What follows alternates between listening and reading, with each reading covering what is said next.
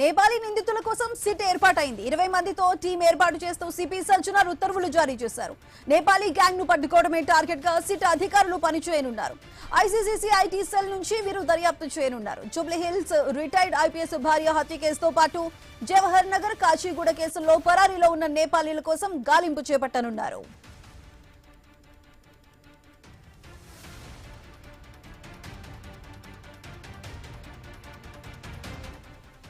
నేపాలీ నిందితుల కోసం సిట్ ఏర్పాటైంది. 20 మందితో టీం ఏర్పాటు చేస్తూ సిపి సజ్జనార్ ఉత్తర్వులు జారీ చేశారు. నేపాలీ గ్యాంగ్ ను పట్టుకోవడమే టార్గెట్ గా సిట్ అధికారులు పనిచేయనున్నారు. ఐసీసీసీ ఐటీ సెల్ నుంచి వీరు దర్యాప్తు చేయనున్నారు. జూబ్లీహిల్స్ రిటైర్డ్ ఐపీఎస్ భార్య హత్య కేసుతో పాటు జవహర్ నగర్, కాచిగూడ కేసుల్లో పరారీలో ఉన్న నేపాలీల కోసం గాలింపు చేపట్టనున్నారు.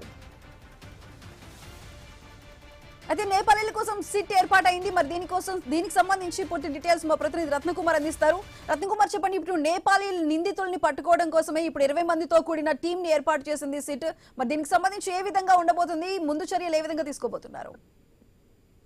సుధా, గత కొన్ని రోజులుగా హైదరాబాదు మహానగరంలో నేపాలీ గ్యాంగు అరాచకాలు అనేవి అనేక సందర్భాల్లో చోటు చేసుకు ఉన్నాయి. రీసెంట్ గా వైపున రిటైర్డ్ ఐపీఎస్ ఆఫీసరు భార్యను మర్డర్ చేసి చోరీ చేసినటువంటి ఆ కేసుకు సంబంధించి కావచ్చు, అలాగే జవహర్ నగర్ లో మరొక దంపతులను కట్టేసి ఆ తర్వాత భారీ చోరీకి పాల్పడినటువంటి విషయం సందర్భాల్లో ఈ రెండు కేసులలో కూడా ఇంట్లో పని కోసం వచ్చినటువంటి నేపాలీ గ్యాంగే యొక్క హత్యలకు పాల్పడటము, భారీ చోరీలకు పాల్పడినటువంటి సందర్భంలో నేపాలీ గ్యాంగ్ ద్వారా అనేక రకాలుగా హైదరాబాద్ మహానగరంలో చోరీలతో పాటు మర్డర్లు జరుగుతూ ఉండడంతో దీనిపైన పోలీసులు ఫోకస్ చేయడం జరిగింది. ఈ నిందితులను పట్టుకోవడం కోసం గత కొన్ని రోజుల నుంచి పోలీసులు తీవ్ర ప్రయత్నాలు చేస్తూ ఉన్నారు. ఇక ఇప్పటికే జవహర్ నగర్ కేసుకు సంబంధించి కొంతమందిని అరెస్ట్ చేసి ఇటు ఒకవైపున రిమాండ్ కు తరలించిన తర్వాత మరికొంతమంది అబ్స్కాండ్ అయిన విషయం తెలిసింది. మరోవైపు ఇక్కడ ఏదైతే రిటైర్డ్ ఐపీఎస్ భార్య హత్య కేసుకు సంబంధించి నిందితులను పట్టుకునేందుకు శతవిధాల ప్రయత్నం చేస్తూ ఉన్నారు. వాళ్ళంతా ఇప్పటికే నేపాల్ చేరుకున్నారనేటువంటి అనుమానాలు తలెత్తుతూ ఉన్నాయి.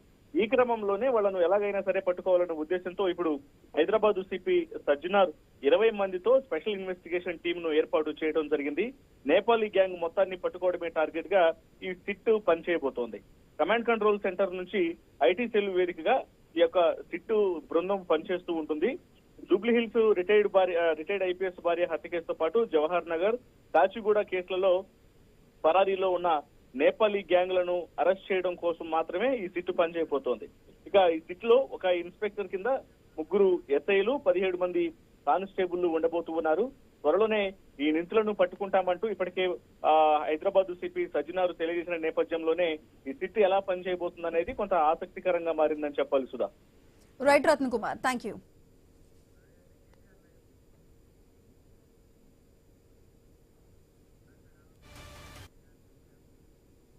బీఆర్ఎస్ వర్కింగ్ ప్రెసిడెంట్ కేటీఆర్ మాట్లాడుతున్నారు. ఇప్పుడు లైవ్ చూద్దాం.